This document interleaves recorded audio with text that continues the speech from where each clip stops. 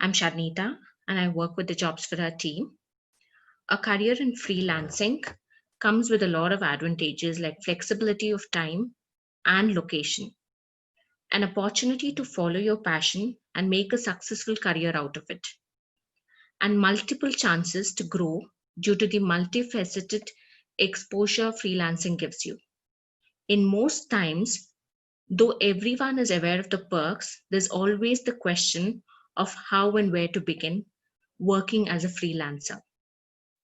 This masterclass is being organized by Jobs for Her to help you with that question exactly.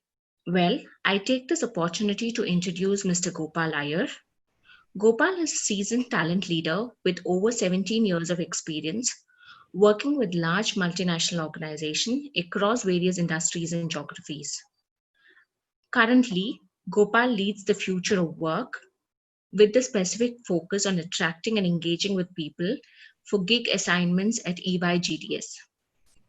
He is a speaker in various HR forums and has spoken to numerous topics like the future skills in the world of HR, the future of work, and the rise of the gig economy, the relevance of current skills, and how the business and talent landscape would change by 2025. An Indian Institute of Management alumnus, Gopal is a global professional in human resources, International Coaching Federation, and executive coach. Request you all to please keep yourselves muted and we'll take questions after the session. Over to you, Gopal. All right, brilliant. So thank you, Sharnita and Jobs for Her, for this wonderful opportunity. It's always a pleasure to be able to interact with talented folks like you all on the call. So would really hope that this session gives you perspectives on what are the tips or what are the things that you need to do if you were to think about freelancing as a career proposition. I would request everyone to go on mute, please, if that's doable. I think there are a lot of people joining in and Yeah. maybe joining in as, yeah, that's fine. So the idea was for all of us to be able to walk this journey through um, and walk probably discuss through what we are seeing in the last 60 to 70 days. How has the landscape of talent changed? What are organizations going through? What are they thinking about? The talent practices, the HR within the organization. What are they thinking? What do they need to do differently? And with all of that, what does it mean for aspirants and job seekers like you all? And how would the world look different in the next few months and going forward? Like, what does Career 2.0 look like? And I think these are some of the perspectives which we are sharing today based on research done by us as well as a few others in the marketplace. But I think the idea for us is to give you the tools and techniques to be able to be ready to become a freelancer as and when you choose to become one, right? So quickly,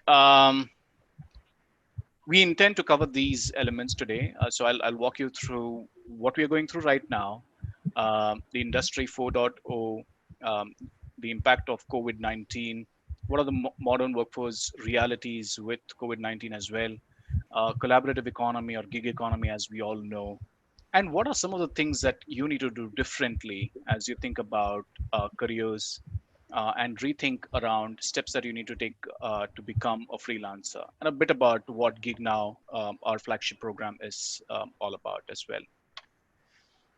So I think the last 100 days have been extremely difficult for a lot of us, and I think we are seeing nothing but a massive challenge around us with regards to, I mean, it's a crisis, it's a pandemic that I don't think anyone in the world expected would come and I think it's just growing as we even speak. I think the numbers overall in the world are somewhat slowing down, but in India, I think the numbers are growing all of a sudden with some bit of relaxations around the lockdowns as well as the travel that has started happening.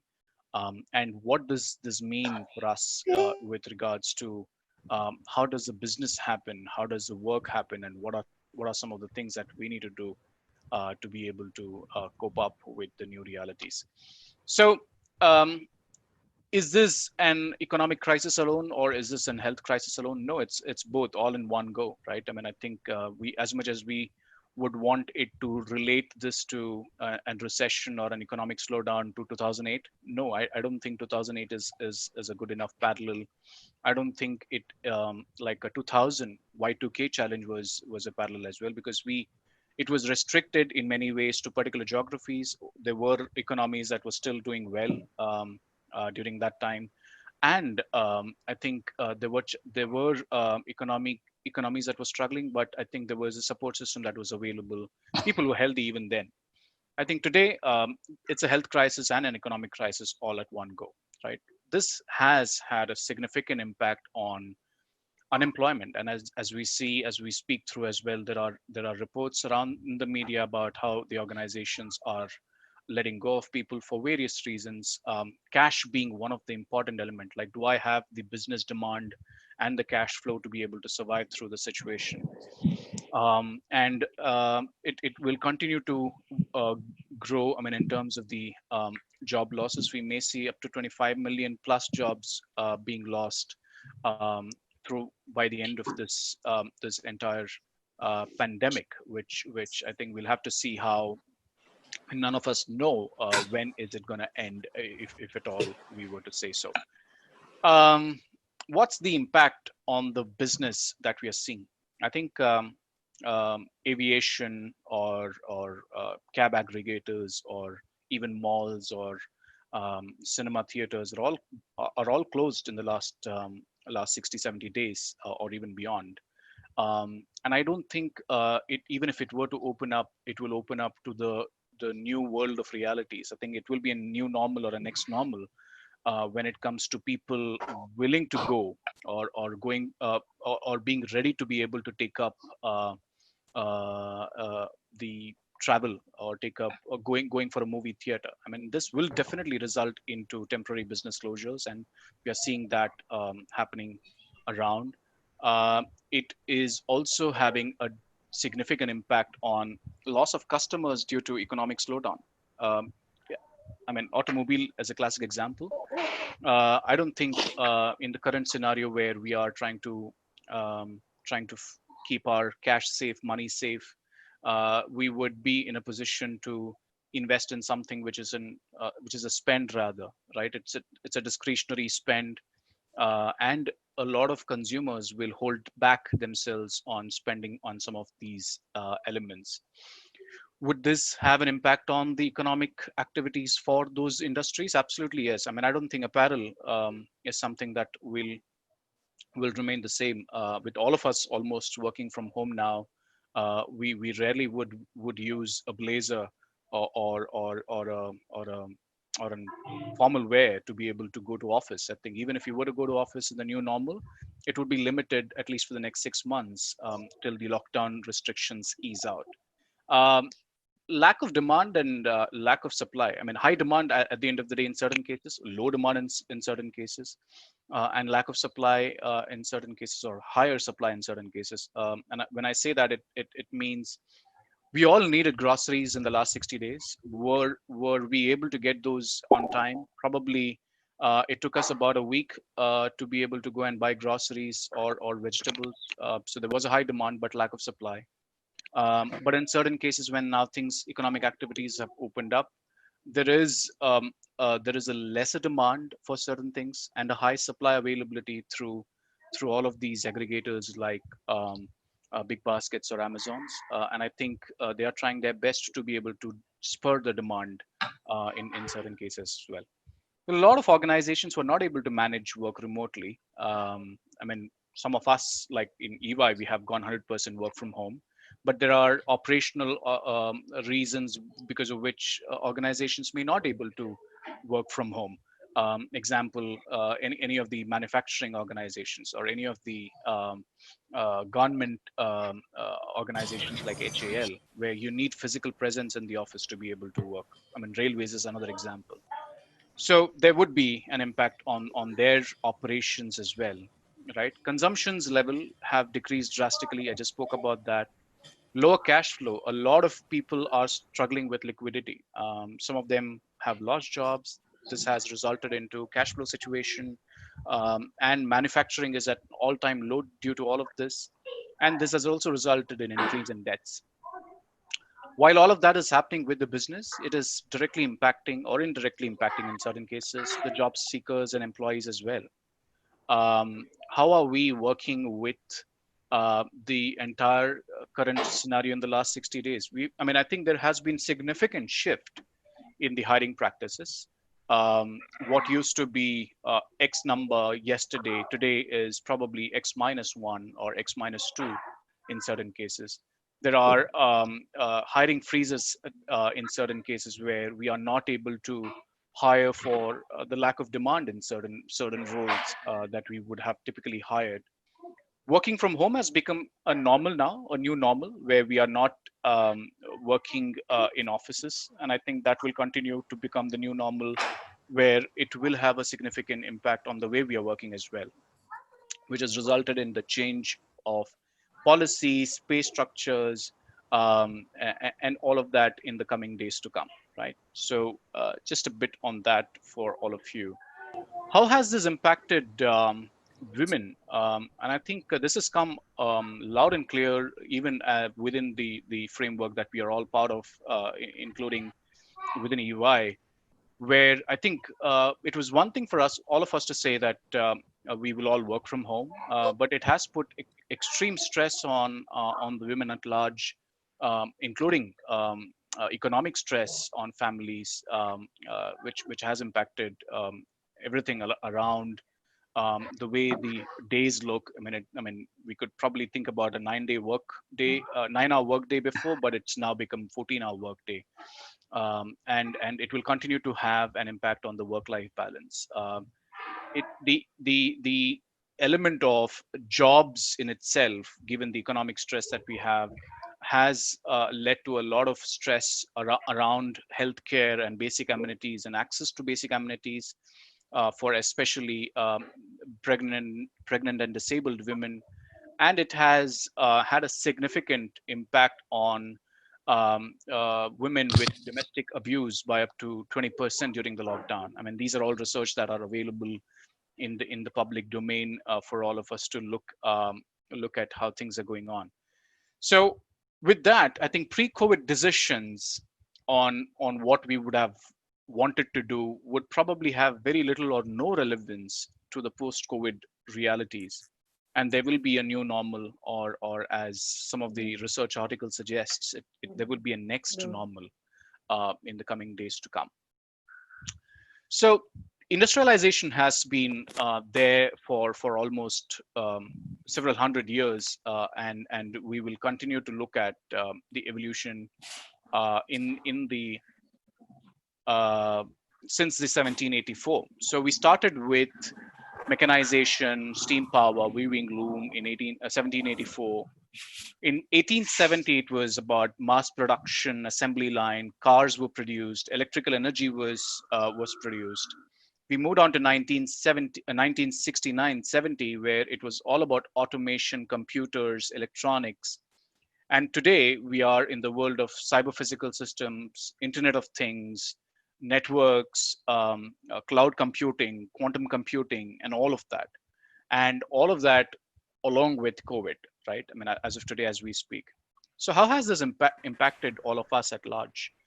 Now, I remember, I think generations ago, if I were to think about my grandmother, both on my paternal side and maternal side, um, they were um, they were predominantly at home.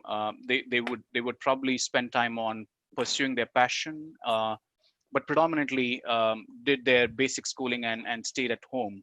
My mom, on the other hand, was working for Indian Railways, and she spent about close to 3.5 decades rather in Indian Railways. My wife continues to pursue both her entrepreneurial passion and as well as take care of all the house chores while she has had a successful career in the last 15 years.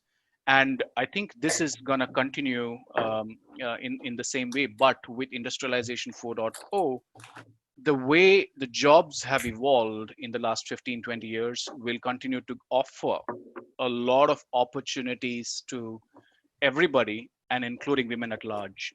So with the digitization that has happened, and I think if we were to talk about the probabilities that existed even pre 2010, you always had to go to workplace. You have always had to be in office and get things done because laptops were still very new in many ways. And I think as laptops started becoming new normal, people started having one-off work from home, continue to work on focusing on working while ensuring the balance from a life perspective.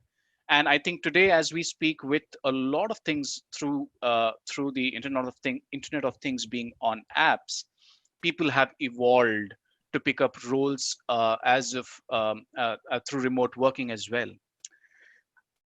I think due to COVID and digitization across industries, I think we would see a lot of digital roles, which means you don't need access to organizational assets. You could sit anywhere and get the work done through cloud.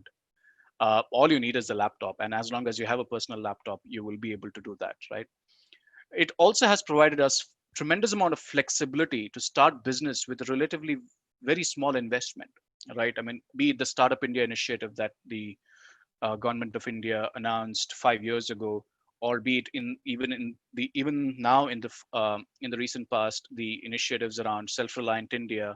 We will continue to see a lot of opportunities where digital landscape will continue to enhance the experience for women entrepreneurs to come in the coming days. We've also seen a lot of leadership increase in the women leadership increase across organizations in the senior management role, and also a lot of women have turned into investing in markets, which I think is a very good sign for us to really look at. So, what would be more important in the future, right? Skill set or mindset? Um, in the past, I think we would always think about ourselves as workers within an organization who could probably work for several years in a particular domain. If in the technology sphere, it could be uh, domain of technology, or it could be in HR, or it could be finance. But we were domain experts predominantly, and we were also thinking more about the number of years of experience that we have had, because that spoke about the depth of the experience that we all had. As we progress to or step into the careers 2.0, or the new journey, or the new ways of working, it's the mindset that is more important, right? At the end of the day, if you were to see how our careers are shaping up in the even in the last 100 days, I think all of what we were doing in the past today probably holds very little relevance. I can use my experience absolutely, but I think I need to also enhance my skills, which requires a very different mindset for us to work towards. So think about how our careers have evolved, right? I can just give a perspective, a story here. As I said, my mom started, or my parents started their journey of working in, probably they were in this quadrant, or this spot, or on site, where I would say, where they had to always work on site. They had to go to office, factories, premises, to get the work done. It was always a need based hiring that used to happen. There was very little flexibility in the way the work was getting done. As the world progressed, and we saw the 1991 economic change that Dr. Manmohan Singh brought in, where it led to a lot of privatization, or a lot of foreign money coming into India, it resulted into a lot of divestitures within the government frameworks, which meant a lot of jobs were lost at that time as well, even in 1991. And people were highly skilled but had to do something for themselves, and they were really looking at how do they make sure that they continue to work and earn money for themselves, and freelancing was possibly the best option that was available. So LIC agents, as one example, I think saw huge spike in the 90s when a lot of people moved into becoming general insurance agents or life insurance agents, and looked at all options to freelance through that. Come 2000, when the Y2K challenge happened, suddenly there was a huge bubble that bursted where there were a lot of people that were hired, but again, due to the bubble burst, a lot of people were laid off. uh, that next 3 years post 2000 led into a lot of uncertainty around whether the jobs will come back to the way it was pre 2000 in the new world. And I think that was when traditional contracting was brought in within the services industry as well. But of course, all the factories always had contracts. Even the government machinery always had contracts, and that continued to happen. But in the professional services or services industry, we started seeing a lot of contract jobs coming in more in numbers, especially after 2000, because we suddenly started seeing a lack of certainty in terms of how the business would run post the 2000 issue that happened. Um, we are here today in COVID-19, possibly again having a similar effect, but this time around, I think the aspect that all the previous events that I spoke of were only economical or economic crisis. This is economic plus health crisis, which probably puts in a lot of challenge, or poses a lot of challenge with all of us, where we need to really think about how do we want to reimagine our work. Layoffs continue to happen as we speak, and I think with all the recent news that you may be hearing, it's disturbing, but at the same time, it's also an opportunity for every single individual to start really asking himself or herself, is this the right time for them to start up as a gig or a freelancer? And we'll talk more about what freelancing is all about in the next few slides. But why that while that happens, I think one of the things that we are also talking about is uh, we have also progressed from need-based low flexibility roles to today where we are. It's remote. We don't really need to go to work or workplace. There may be certain roles, certain days in a month, you may still have to go to work, but predominantly most of the work can get done remotely. And the outsourcing that has happened in the last 10 years is a classic example of that. uh, we offer higher flexibility and comfort, and at the same time the roles have shifted from being experience based, need based, to skill based. So if you're good at writing documents, if you're good at publishing articles, if you're good at a particular technology, like artificial intelligence, machine learning, or SAP or Oracle or DevOps, or if you're good at any of the specific skill, the roles have evolved for you to pick up a gig role even now as we speak. So I think that's something that you may want to really consider. Again, some stats. I think these are some of the research that have happened around the world, which talks about 43% of highly qualified women with children are having leaving careers or off ramping for a period of time. I think it's a no-brainer. I think it happens because of the socioeconomic factors around us, as well as some of the global role definitions of how the roles have been. 45% of women are unable to make a comeback from maternity leave. 54% look for flexibility as a huge benefit while taking up a new job. And you could correct me if any of these numbers are any different as you think through. And 30% of are leaving full-time jobs for gig work due to lack of flexibility and independence. 35% of women are turning into entrepreneurs and establishing their own businesses. So we'll talk a little bit more about both of these in the coming slides. So I think the question then is, do you have the right perspective to achieve your bold ambition, right? If you were to think about how we have typically looked at our careers per se, there was always a safety net if you were to be an employee. There was always continuous income. You had permanency factor, which was there, that was available. You were taken care of by people within the organization for any kind of challenges and life events. While that will continue to happen, while the full-time roles will be there to stay, you will still have potential to become an employee again for a particular organization. Freelancing has becoming a lot more about how can you empower yourself, right?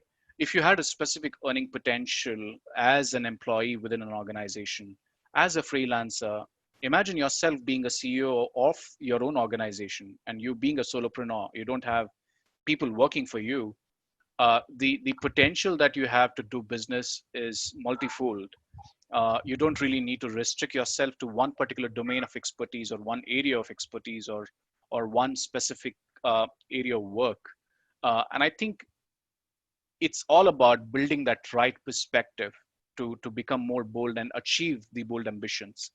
And we'll talk about a little bit of that in the coming slides in terms of how you could do that. But a bit of collaborative economy, you all would have heard in some form or the other the word gig economy. And I think mostly resonates the with elements like Ola, Uber, Swiggy, Zomatos of the world. But gig economy is also being applied to white collar jobs now. Like people like you and I can also be gig workers and find short term gigs within the organizations that we are working for. Sharing economy, I think, is more about the elements of sharing out assets. For example, I could probably Airbnb is a classic example. I have a house, I'm sharing it for people to come in and stay. Platform economy is nothing but again anything which is based on the platform, which Swiggy and Zomatos are classic examples of that. Crowd economy is if you build an idea, you put it out in the crowd, people will solve the problem for you, and it's mutually beneficial for both the parties. And peer-to-peer economy is where individuals directly transact with business or cooperate in production with each other with little or no intermediation by parties. A classic example is, I don't know if you have seen this, but if you take any biscuit packet today, you would see that the manufacturer is someone else and the seller is someone else. So sellers could be Parleys and Britannias of the world, but the manufacturer could be a small unit sitting elsewhere. And how have they grown into becoming the partners for these organizations? Is a classic story for all of us to really learn from. And all of these really employ freelancers, gig workers, solopreneurs, entrepreneurs, and you could be any of these as you think about your journey beyond in the current scenario. So why is gig economy shaping up in India, right? I think it's more to do with. I mean, so this was not a COVID-driven situation, right? Gig started sometime in I think, as I said in my earlier slides, even in as early as 2000s. So it's almost about 20 years old now. And 2008 2010 just amplified the usage. 3G 4G connections, app development, as the mobile technology improved, like with iOS and Androids becoming a lot more stronger. App-based solutions started becoming the new norm. Internet of Things became the way the businesses were run and people sold their services. Excuse me. And you will continue to look at that as the way to for the gig to have grown in the last several years, right? And it will continue to grow even in the future with a lot of these pushes from the governments, like be it Startup India, be it the element of the mindset that we all have today with having to go to work and spend about 3 to 5 hours in traveling, rather than that sitting at home and getting things done at the comfort. And I think a lot of that factors come in shaping up the gig economy the way it is today. And I think it will just continue to grow even more, better for people like you and I to look at roles within the organizations on gig. There are a lot of freelancing platforms that have grown in the last 5 to 8 years. And I think our own platform, which is gignow.com, is one such example. There's a lot of automation that's happening as a result. as a result that will impact the roles changing and gigs being the new normal. And I think it will benefit individuals at the end of the day for doing remote work. They have less financial instability, as much as it may sound that, you know what, I don't have guarantee of salary, but think about it as ways to earn a lot more income any which ways. I think it gives you a lot more financial stability, and you're not really restricted by quote unquote jobs, right? You could probably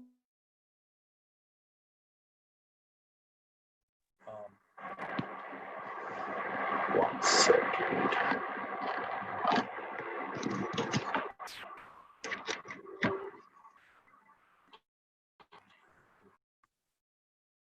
Can you all hear me?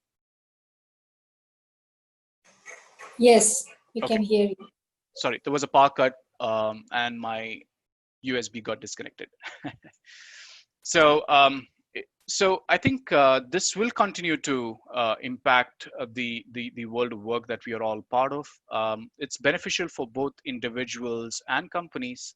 There is a cost advantage for companies. There is also element on reducing the cost through indirect expenses, like not having to really spend on seats for employees. And of course, it doesn't impact or affect my business operations.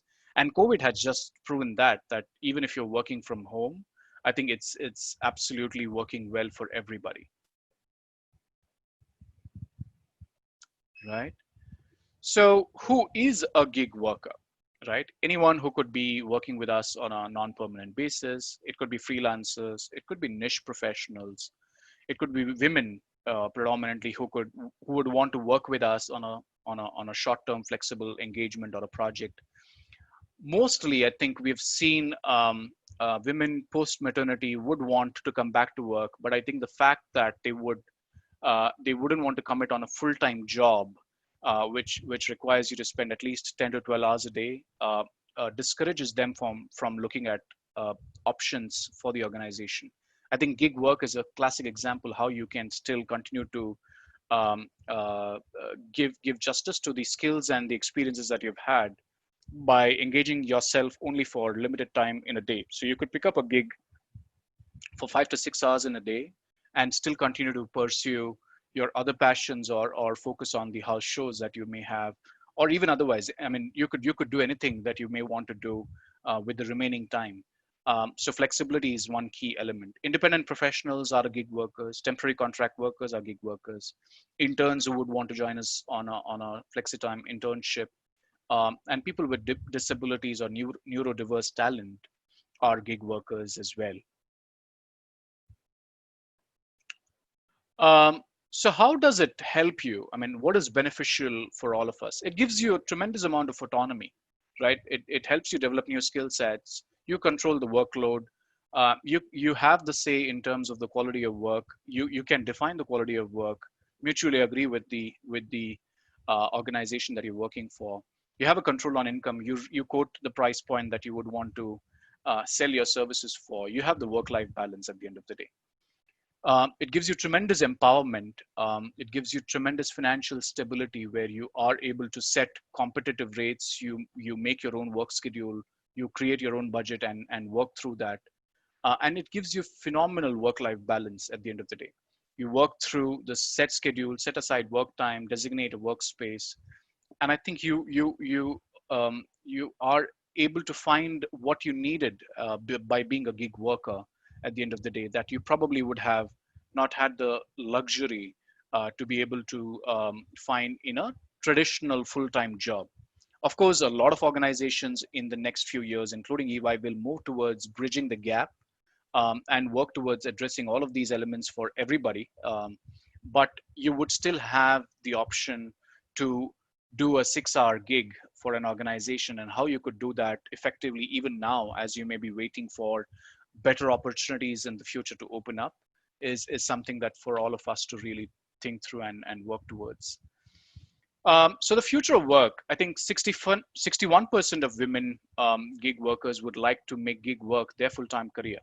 And I think gig work could be anything around looking at a short-term gig or your own venture. So you could probably think about your own venture being Like my wife does Zumba classes, and I think she does phenomenal in terms of working out only 3 days a week for the classes. She earns the fees for the work that she does, and I think that's a control that she has on managing her own career as a Zumba teacher. Likewise, I think you could also define your own boundaries around what becomes your full-time gig career. 43% professionals would like freelancing, example Upwork, 99 Designs, GigNow. 32% do direct selling, and 30% through the service platforms. And I think you would continue to see a lot of evolution. Again, as I spoke through, the Internet of Things driving the way forward for all of us. So how do you transition from the full-time to a gig work mindset? You may have been working in an organization, or you're working for an organization, you're contemplating a career change to become a gig worker in the near future.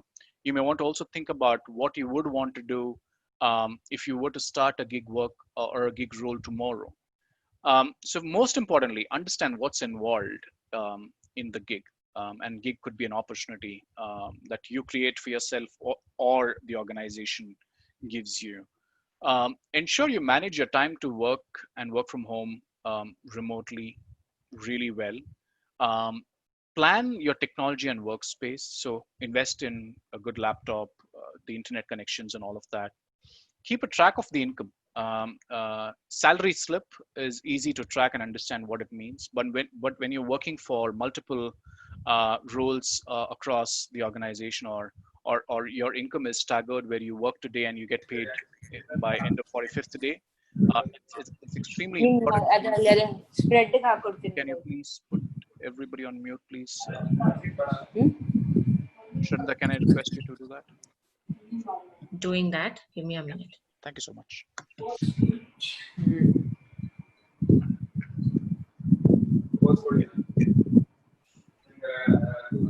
think it's Navyashri. That's Yeah. Yes, done. Yeah, cool. So keep a track of the income. We all in the corporate lives have the luxury of health insurance, which is a great asset. When you're on your own, you may not have insurance, so buy a health insurance for yourself, which is extremely important to take care of any health related incidental expenses, especially in times like these. It's very important to keep that in mind. Prioritize the work accordingly, and start connecting with influential people who can make introductions and referrals for you. How do you earn the work is purely based on the networking that you have done, or you would do now in the next few days as we work through. And I'll talk a little bit more on the importance of networking in the next few slides. So how can the experience change unlock the extraordinary? Ask yourself, be selective and be focused on the opportunities. Ask yourself questions like, what are my options, right? What are the jobs that are available? What types of openings can I apply for? Where can I add value? What can I do differently? Like, adding value is almost non-negotiable now. If we think about ourselves as working in an organization where we are just doing our jobs without adding any value, I think it's extremely important for all of us to think through that, how we could do everything differently by adding a lot of value for the work that we do. What can I offer as my service, or which company can I offer my services to? Very similar to how you were to plan your next job hunt. So you need to keep that in mind to create an entire network of people who could probably come and want your services. So how do you have an prospecting done for the kind of organizations who you would want to work with? What job roles am I equipped to handle other than what I do? So for example, if you may be a phenomenal HR professional, but the next gig that you may be getting is going to be around strategy. Are you going to be able to pick up that gig? Probably not. So you need to really know what are you good at, and what kind of roles could you now equip yourself to perform better in the next few months or years that you're working with. Whom should you connect with? Again, importance of networking that we just spoke through, and I'll give you more perspectives on this in the next few slides. So most importantly, I think it's the element of reimagine, reinvent, and reinforce, right? We've always thought about our careers in a specific manner. Have you thought about a career which is freelancing? This requires a tremendous amount of reimagination. So setting the right expectations, creative thinking, and repositioning of the entire proposition is extremely important. Reinvent yourself. I think redesign your career pathways to look at roles beyond traditional full-time jobs as well. In the coming few months, coming few years, if this becomes the normal, or it becomes a hybrid model where you always have full-time jobs and you will have gig roles as well, you got to reinforce yourself. If you whatever path you choose in the next 60 to 100 days or 180 days, has to be something that is going to be for a long haul. Uh, would you want to continue working as a freelancer even in the best of the days? I think it's something that will require tremendous amount of reinforcement, and that's what something that we need to work towards. um, so how do you establish yourself successfully as a freelancer? um, Very similar to working as a worker, I mean, as a employee of any organization, but there are certain elements that are extremely important and very important to be called out for all of us in the current scenario as well. Set measurable goals.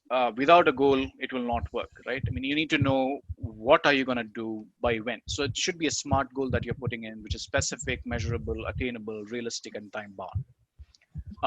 But without a goal, you may not really start going anywhere, right? I mean, goal is like buying a ticket and then starting a journey.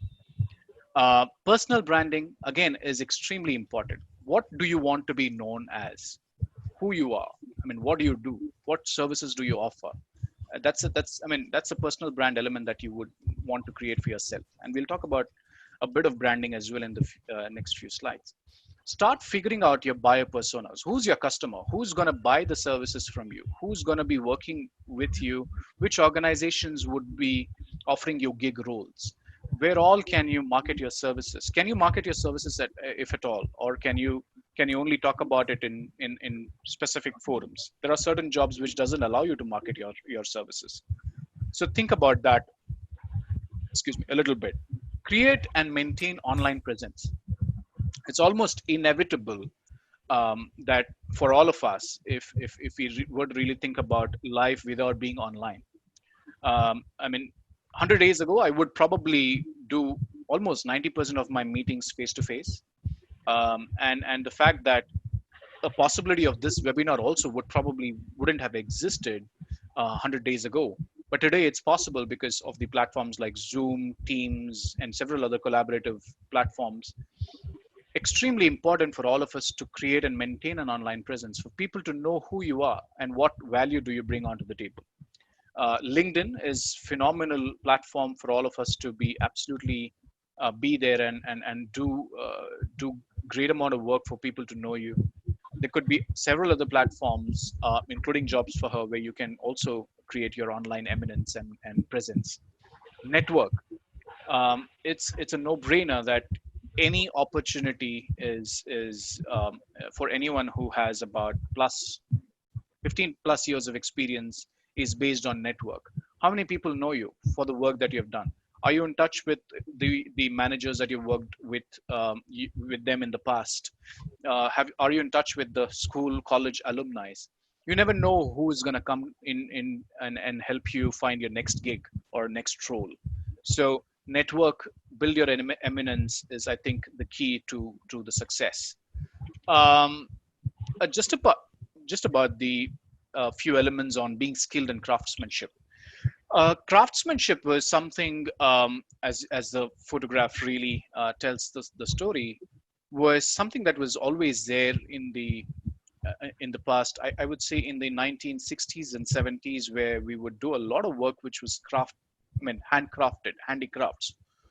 Looms or machinery or automation probably took that away, and I think we started automating everything that was happening, including making of saris or making of anything around the elements of being it pottery, being handicrafts and all of that. Today, with automation, yet the element of craftsmanship is coming back only with a view. How could you differentiate yourself from someone else doing something similar, right? And that's where craftsmanship is coming back. Again, being skilled is extremely important. Everybody knows archery, hypothetically. Who's the best guy or a girl who's going to get the arch to the bullseye? Like, are you really being able to put the arrow onto the bullseye? That's what differentiates you between several others who are crafty as well as skilled like you. Some of the skills of future that you may want to see through, this is based on the World Economic Forum report, which is the times that we are living in are complex, and the problems that we have are very, very complex, and we need to have someone who could solve these complex problems for us. This requires a definite amount of social skills. You need to be able to go to you need to be able to socialize even virtually, being able to solve the problems, or solve the narratives socially, on several of the platforms that are available.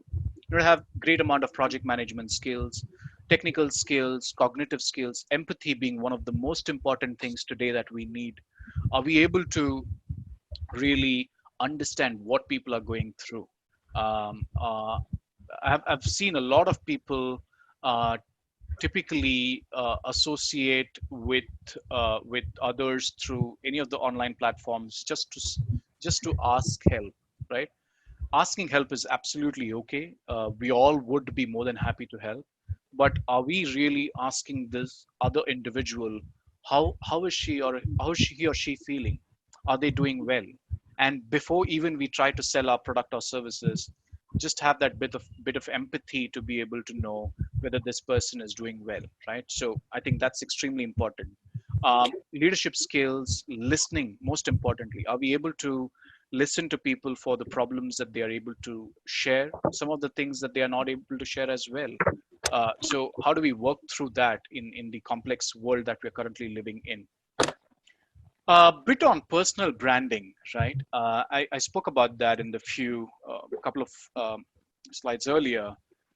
Extremely important to have personal brand. And 7 elements of personal brand are authenticity. Are you authentic? Are you talking about services? Are you pitching for services? And are you being truly authentic in being able to provide that services? How unique are you? Why would someone want to work with you versus someone else? What expertise do you have? Are you able to share that expertise through the work that you do? How visible are you? Are you able to create visibility for yourself through the work that you have done? What is the image that you've created for yourself? How are you able to communicate? Are you able to articulate well? Are you able to share the perspectives to and solve the problems that the client brings onto the table? Or are you trying to only keep the solutions to what you think the client needs? Do you have the right credibility at the end of the day in the market? And do you have the social media presence for people to find you, people to know who you are, what you do, and how you can be of help for them? Why should you build credibility? Why should you establish credibility? It goes back to the simple thing, right? We always had an Ola or an Uber. We always had a Zomato and a Swiggy. We always had many other such parallels like an Indigo and a Vistara, or Indigo and Jet. Why do we choose one brand over the other? It's at the end of the day the credibility of the brand, that speaks for themselves, right? Are you trustworthy? Are you competent? Are you consistent? Right? I mean, if I were to talk about airlines which consistently cancels the flights, I would probably not book my ticket next time around in that particular airline. Would go for someone who's more dependable. Are you genuine? Are you sincere? Right? Are you respectful of the customers that work with you? Do you take accountability for the work that you've done are doing? Are you honest at the end of the day? And are you principled? These are the ways that you can build your credibility in the market. And as you start your journey of becoming a freelancer, it's extremely important, because the feedback that you get for doing a particular gig is what is going to get you the next gig, is what is going to get you the next freelancing opportunity. Think about something very similar, right? I mean, we all hire photographers for any of the functions that we have at homes, who do we typically hire? Who we would have really had some good feedback about from. So we would ask some of our relatives for anyone if they know, and ask them if they did a good job, and then the guy ends up getting the assignment. And I think that's what is the need of the hour. How are we building our credibility for us to be able to get our next assignment, right? Just a bit of online presence and its importance. I think from a from a mindset of getting our next job as an employee, CVs was always the most important thing that people spoke about. With the online presence being so important, I think most of the organizations today look at social screenings of your Facebook, LinkedIn, Insta profiles. Most of them look for background verifications through references and reference checks. Most of them look at what are you posting on these to understand what are your thought process, etc. This is replacing the traditional sourcing strategies. And I think it's extremely important for you to also think about this even as a freelancer, because I would really look at whether do you have a website of your own.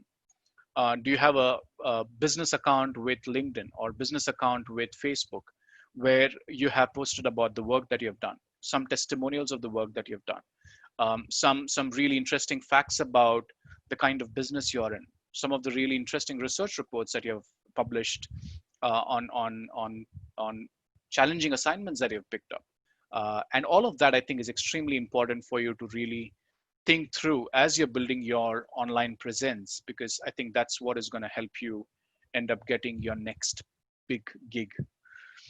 Solopreneurship. Um, any of these freelancers, thought leaders, makers, or agents could be a solopreneur. When you start your entrepreneurial journey, you don't need to really hire people for them to work with you. You could start on your own. It's a very simple process, and I think the government of India has done phenomenal job in the last several years to be able to make the process of registering yourself as an entity very easy. And I think you should probably explore options through, I mean, there are tons of material available on Startup India government website itself, where you can go and find how to become a freelancer or a solopreneur. But I think it's extremely important why we need to take that path and why it is here to stay. And I think we spoke about the benefits for both individuals and companies for looking at freelancers, and it's gonna just make it more important as we move along. Um, a bit of important must-haves for gig workers or freelancers or solopreneurs. We spoke about goals, extremely important for all of us to have goals. But more importantly, if you're into or getting into a kind of solopreneurship which requires you to position yourself slightly differently, you need to have a business document, right? Business vision and a strategy document.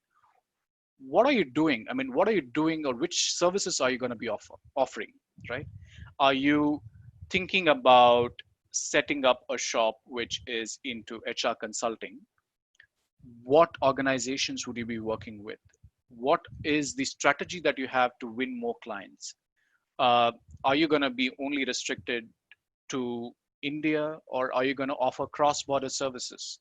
Are you going to be working with only Fortune 500 companies, or are you going to be working with any of the startups? It's important that you know that and start putting that together in a document that you can start looking at as you move along through this journey. Forecast the business. And I know it's very difficult in the current scheme of things where we are currently, but I think some bit of forecast really helps, because it's the element of, you know what, I'm going onto the field to score a century. Unless and until I have that in my mind, I wouldn't even start scoring, right? So it's important for you to have a forecast. Create a pitch deck or a portfolio of who you are, what services do you offer.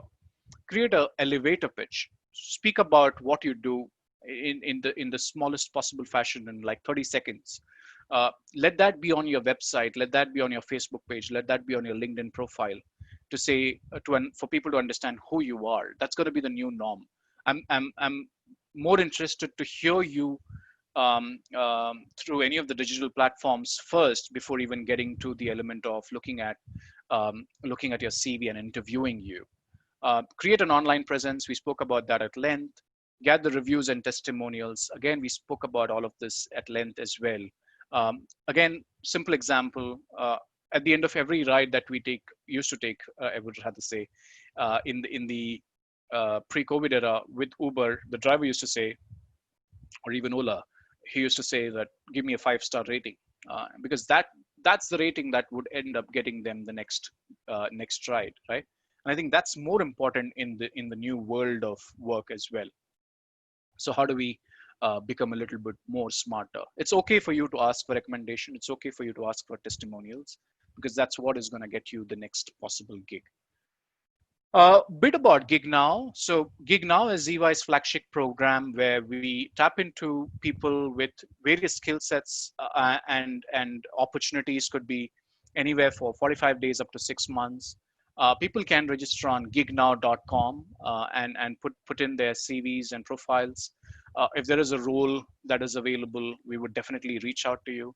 But it's more like being there on the platform to kind of get eligible for roles, and you would be notified for any of the roles that may come in the near future, as we start looking for skilled positions. Why and how does GigNow help you as a program? It gives you an element of independence. It gives you a fantastic opportunity to create your own identity.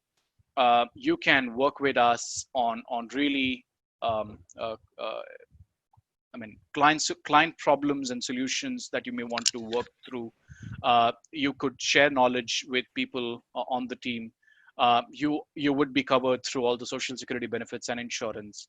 You could also be part of any of the initiatives that we have around giving back to the society. And I think, as I've always kept saying this, whoever I've spoken to, my entire team is gig, and they have all been working closely with me on this journey. And I think some bit of that comes through a lot of great work that they have been doing, even as gig. I have never differentiated them, and I think that's going to be the new normal. How can I work as a leader to build a world-class hybrid team which has experienced professionals who are full-timers as well as gig workers, and you don't really make out the difference at all if you speak to someone. Just spoke about this as well, and that's pretty much that I had today to share. I hope I did well on time. I'm open to take any questions that might have come in.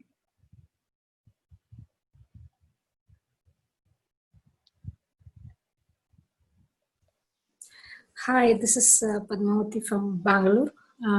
That's a very good presentation, and I get a lot of insights on gig and stuff. And the way you put up the deck, the way you communicated the points were all too impressive.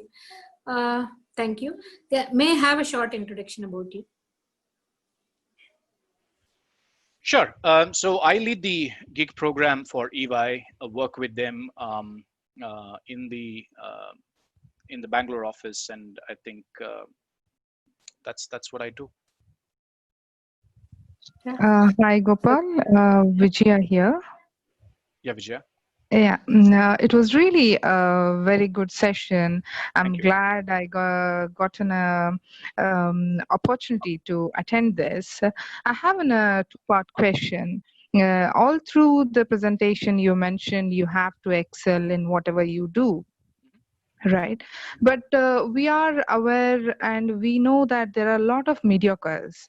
There are people. And in one of the surveys, what I have seen, they say that mediocres, they tend to work really hard and they can be much better than the people who are really good at their work. So is there any initiative which you could help these mediocres to be pushed into the next expertise level, and how would you take? And I'm not afraid to say that I'm a mediocre as well. So how I should push myself And work-wise, I'm the best. But how to push ourselves and make sure we are visible to the world? If you could help me with that. Thank you. Sure, Vijaya. I think I shared quite a bit of tips in my slide as well on what you could do differently. I think key element is um, you may be mediocre, you may be a really hard worker, you may be a smart worker, you may be a phenomenal top rank holder. At the end of the day, opportunities that come to us are all going to be the same, right? I mean, I don't think opportunities are given to anyone any differently. How best we could make use of that is something for all of us to really think through and work towards. Now, the question of mediocrity, or this is who I am, um, goes back to the element of the transitions that we need to make in with the changing times to the new realities, right?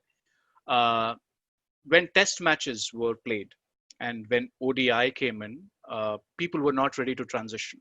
People said no, we wouldn't transition. We would be happy to play test matches, and then suddenly came in ODI. ODI got a lot of funding, and they started playing a lot more one-day internationals. All of a sudden, um, uh, we had 2020 matches, and we now know what sells the best, right? Similar example is Nokia. So when mobile industry started, Nokia dominated, right? Dominated almost about 10 years. Do we even have a single handset being sold today? Probably. There is a research article on what happened and why Nokia couldn't go further. Similar example, there are other case studies like Kodak. Kodak was one of the best cameras and filmmakers at one point of time. With Nikon and digital camera, where are they today? I think all of us need to really think through. So we need to understand that the customers, we are all at the end of the day products. We are all at the end of the day services for the customers that are buying our services. And in some cases, it's employers, and in some cases, it's going to be the clients that would be working with us. And we need to do our best to be able to serve them in whatever way we can. And I think it's important that we transition to the new realities and the new rules of the game. And if it requires you to be saying a few things differently, by staying true to who you are, by being more visible in the digital platform, by networking a lot more with people across in the world, I think that's the realities that we all need to work towards. And I think that's what all of us should be doing. While being mediocre is absolutely okay, but the client expects you to be the best. And I think uh, imagine just for a moment if you were to walk into any store for buying any product, and the salesman comes and tells you that, you know what, don't buy this product, it's a mediocre product. Would you even appreciate that? So I think same holds good for us.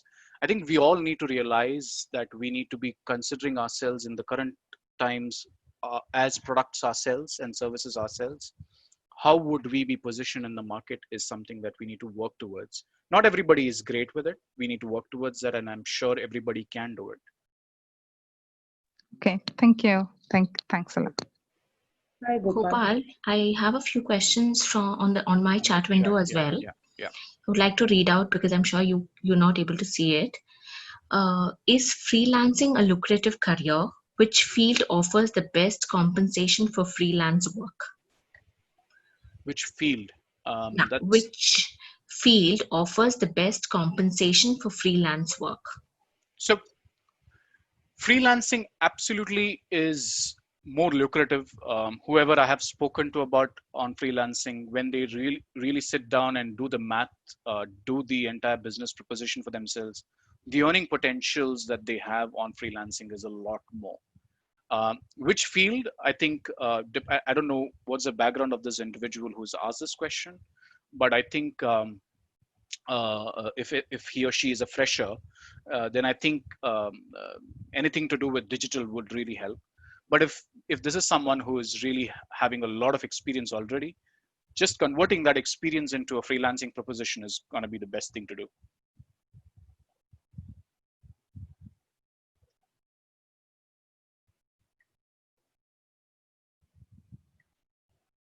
Does that help?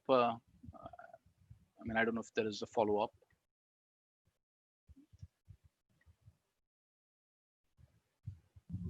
Hello. Well, this is Rajeshri here. Yeah. On the second last PPT slide, you shared email ID.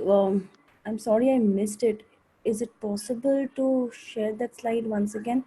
And also, I want to know how I can start or how I can contribute in the gig thing in EY. You could register on gignow.com. Okay. And I think if there is, and it's a very simple process. And if there is a particular role, our team will reach out to you, and we can take it from there. So it's gignow.com. Sure. Many thanks. Yeah. Thanks for the wonderful presentation, Gopal. Thank you. Thank you. Yeah. And Gopal, we have another one from Indu. And she says, I don't have any specialization. I worked in the back end profile for about 5 years and then went on a break for 7 years.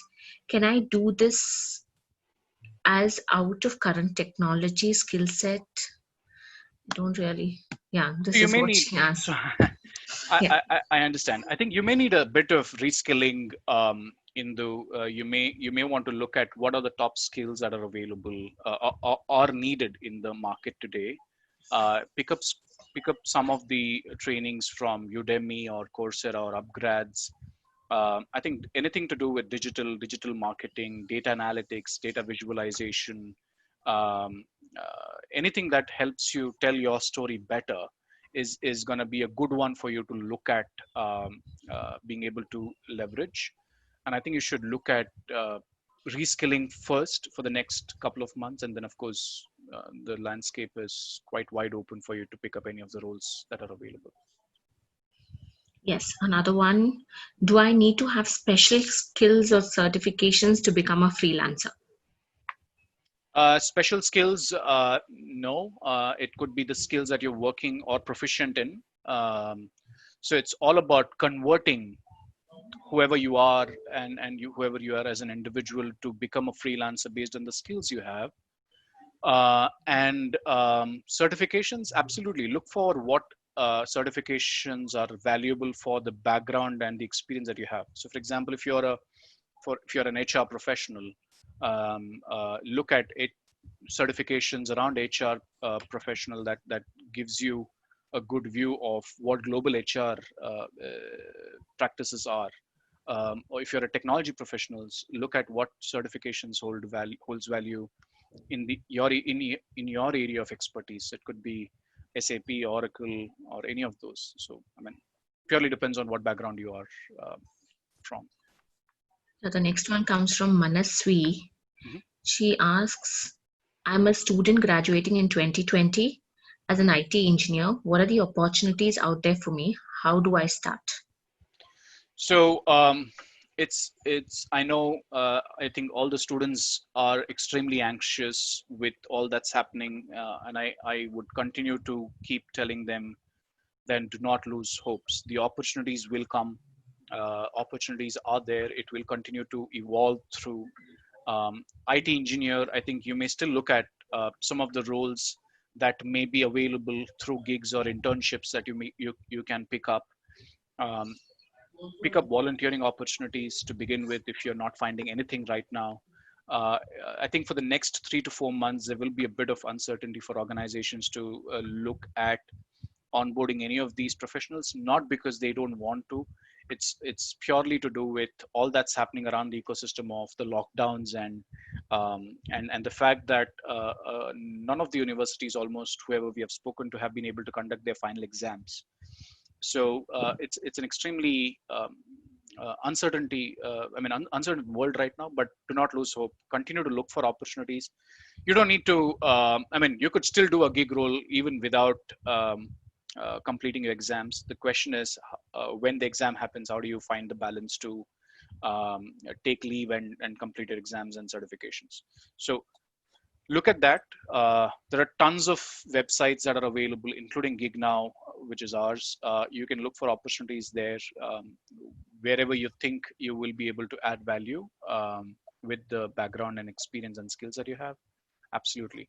You have an opportunity as well that you can really now start thinking about which industry do you want to focus. And between industries that we are talking about, I think if there is an industry that's going to be of extremely high importance for anyone, that's going to be essentials, and which could include your medicines, pharma, and anything to do with production of masks or any of those. So anything around internship opportunities in essential segment would really be of a great start for you. Hi, Gopal. This is Naina. Yeah, Naina. I have a question that do we have to register as a freelancer in like per se according to the Indian rules, and do the companies consider while hiring a gig or something like that if we have a registered number or something like that? So there are two ways that you can get, I would say, get signed up as a gig. One as an fixed term employee, which could be like you would have an end date to the contract. So you join in for 6 months and so on. That doesn't require any great amount of registrations per se.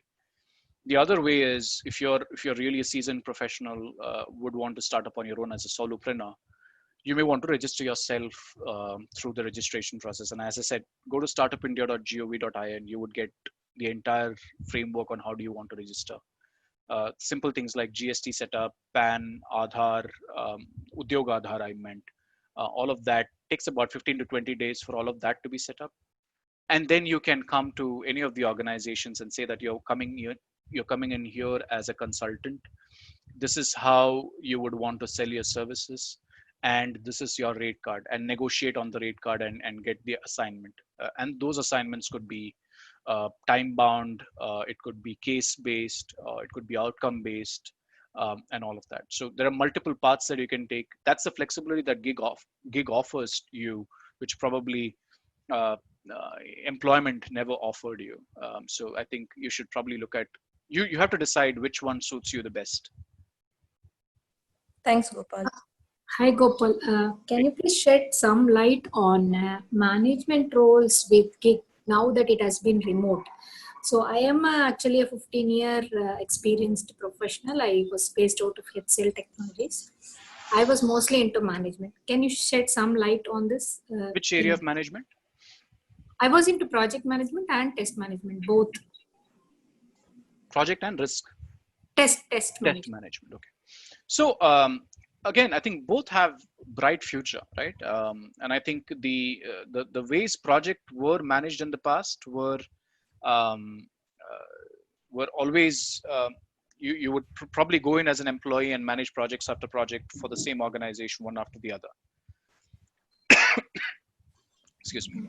You could now look at doing projects for multiple organizations as a consultant, and look for freelancing sites.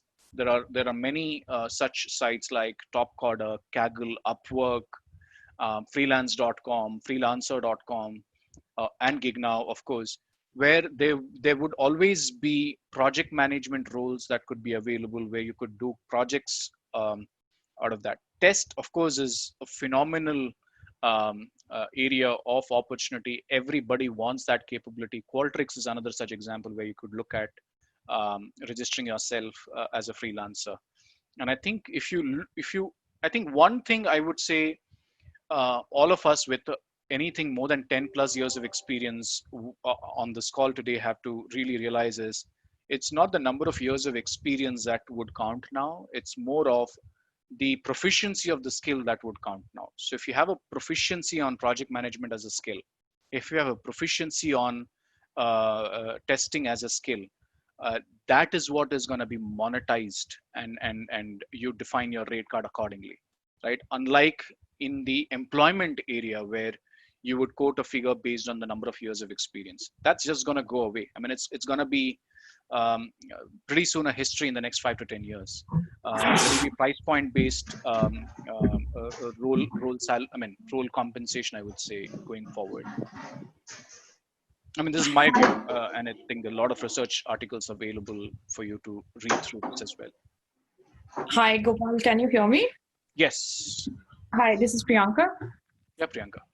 Okay, so a very interesting conversation, and I will reach out to you and in a more appropriate manner, not this. But my question would also revolve around part two, when I would like to understand how does the screening mechanism work for the gig economy, or at least for GigNow, if you can speak more about that. So it's so the point that I'm also trying to raise, which applies to not just gig workers but otherwise, is that a lot of people just get lost because we are just so many of us. So you can do all the checkoff lists on every slide, and you can still kind of not find your way forward. So would you want to talk more about that? So I would say selling is extremely important as a gig worker, right? You got to sell the job, sell the service to the customers who are willing to buy. Unlike as an employee, you would just apply to jobs and wait for things to happen.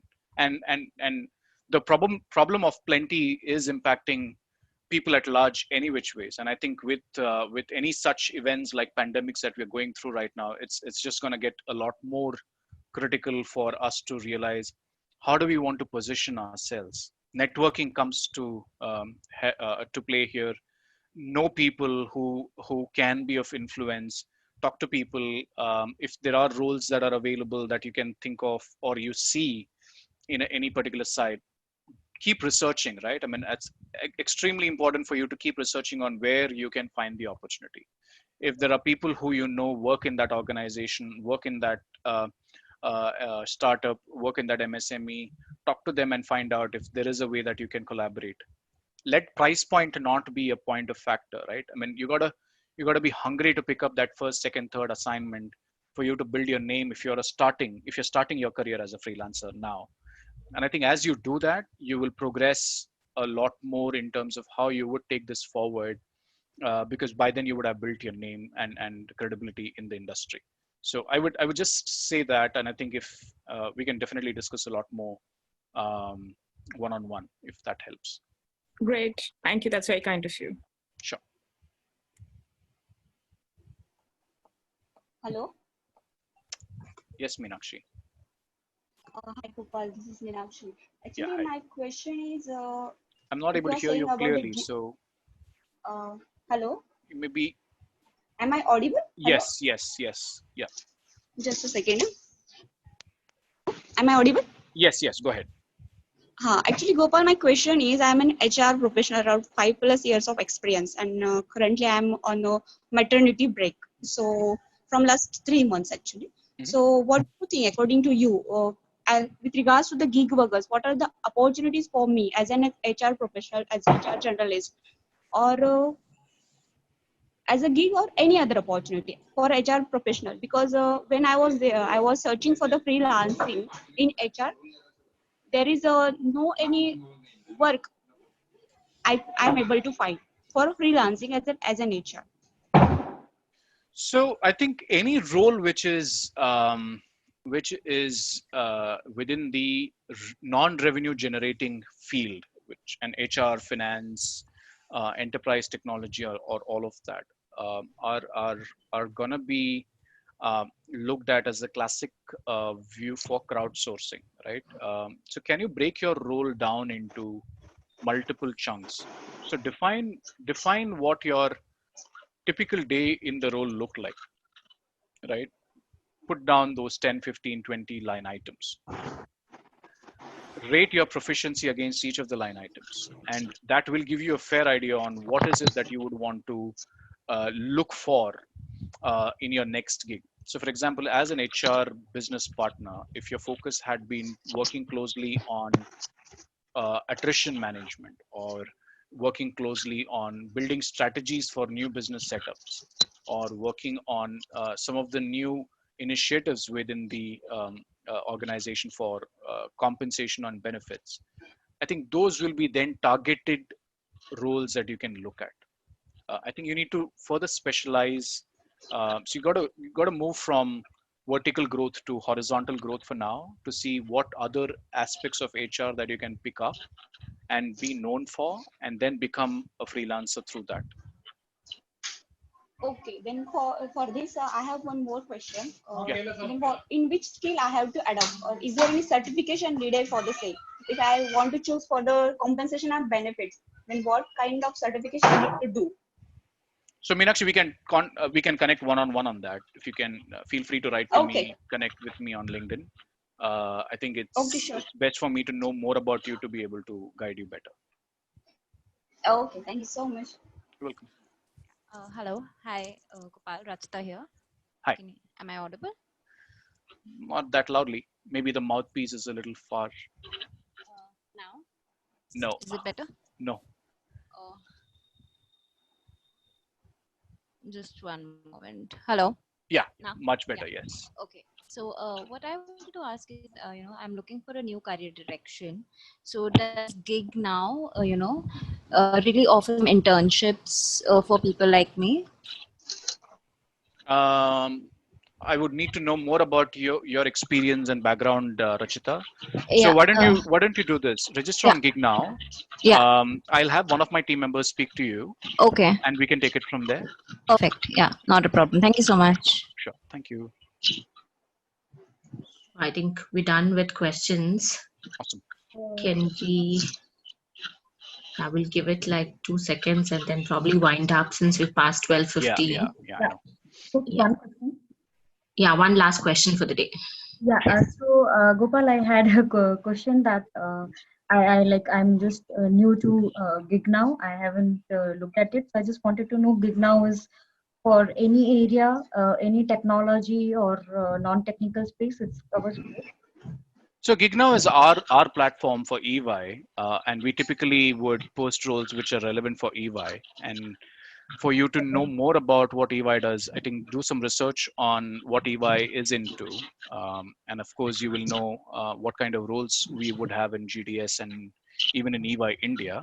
And of course, if there is a match that we have, you will get a call from us to be able to look at any So being new in technical opportunities. space also, I mean, GigNow is okay to start with. Yeah. I mean, it's just like your it's just our way of reaching out to the community at large to get them on roles that are open for EY. Okay, I get that. Okay, yeah, because I just wanted to know how to just break. I've been like going through the website, freelancer, Upwork, and all that.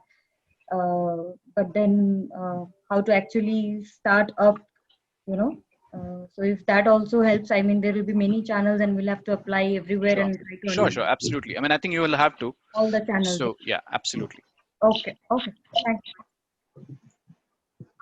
Yes, I think Gopal, thanks for a wonderful session and helping Thank us you so understand much. collaborative economy and how gig is shaping up with details of how it's beneficial and the future of gig work and how we can transition from full-time work to establish ourselves successfully as a freelancer. I would like to thank all of you for having attended this masterclass, and I hope that you'll have some essential points that you can use while you start work as a freelancer. Thank you very much, Gopal. Pleasure is mine. Thank you very much for the opportunity, Sharnita and Jobs for her. Yeah. Sincerely appreciate it. Thank you. Thank you. We'll definitely share the recording Sure. of the session. Thank you so much. Thank you. Take care.